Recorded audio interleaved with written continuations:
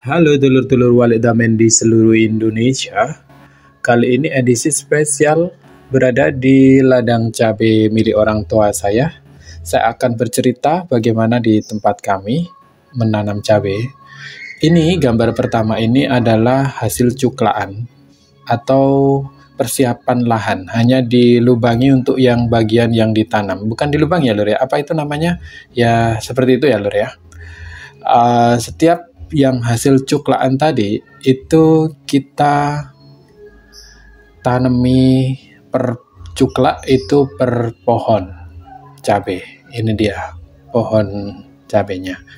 Dan ketika menanam itu sebaiknya habis hujan. Kalau tidak, bukan sebaiknya ya. Kalau di tempat kami karena sawahnya ini, ladangnya ini tak ada hujan. Jadi kita menunggu hujan turun, kemudian ini ditugak, kemudian dimasukkan ke dalam tugakan seperti ini, lur ya. Nah, ini kalau salah nugak dan salah menutup tugakannya, itu bisa mati atau koit cabenya. Ini saya sediakan bagaimana tutorialnya ya, lur ya. Setelah ditugak, itu ditutup dengan tanah seperti ini ya. Dan cara menutupnya pun harus benar.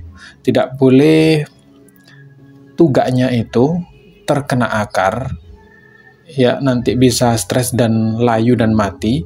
Itu agak jauh gini, terus kita tutup bener-bener rapat. Kalau nggak rapat, akarnya bisa kering lalu mati.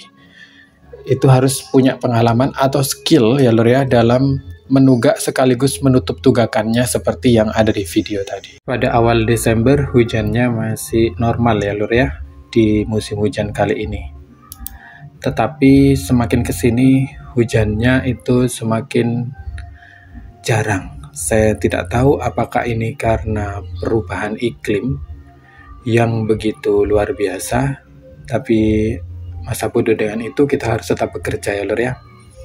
Ini kita melakukan olah lahan kembali setelah hujan itu ditumbuhi rumput. Ketika ditumbuhi rumput, petani itu benar-benar menginginkan agar semua rumput ini itu habis tak tersisa satupun ya, karena ini adalah gulma pengganggu. Jadi kalau di tempat saya dilakukan pembesian, besek itu ya namanya, dengan pacul sama kita cangkuli tipis-tipis di bagian rumputnya.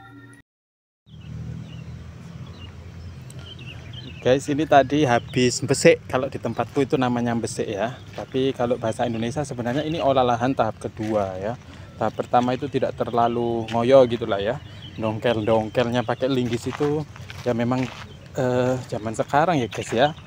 Orang yang tani itu semakin udah tua kayak gitu terus.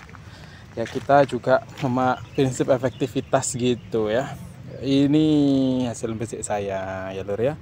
Lihat ini. Jadi kita tadi bertiga, aku sama ibu saya dan sama rewangnya satu.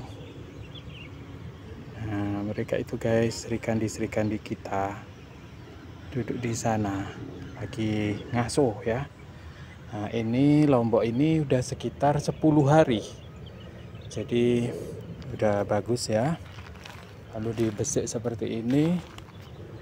Ini bagian pertama ya. Jadi satu bagian ini ada 13 bedengan. 13 bedengan. Terus yang sebelah depan saya nanti itu bagian 2. Nah, ini mati ya guys ya. Nah, saya juga pemula untuk di Lombok ini perawatannya. Saya belum mempelajari interval pemupukan, belum mempelajari itu ya hama-hamanya. Jadi ya sambil jalan dulu ya. Yang penting saya tahu pembenah tanah terlebih dahulu. Ya, ini yang kedua. Yang kedua masih utuh ya guys ya. Jadi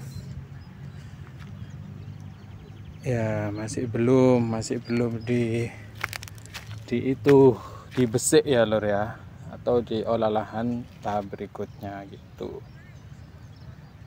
Prinsip olah lahan sebenarnya ada banyak ya, tapi kita mengambil langkah ya kayak pertama dulu kita itu ya, kalau di sana itu kita macam kayak gitu tuh ya. Itu ya di jerok nih, dibuat lebih dalam untuk paritnya sama linggis kayak gitu ya ini.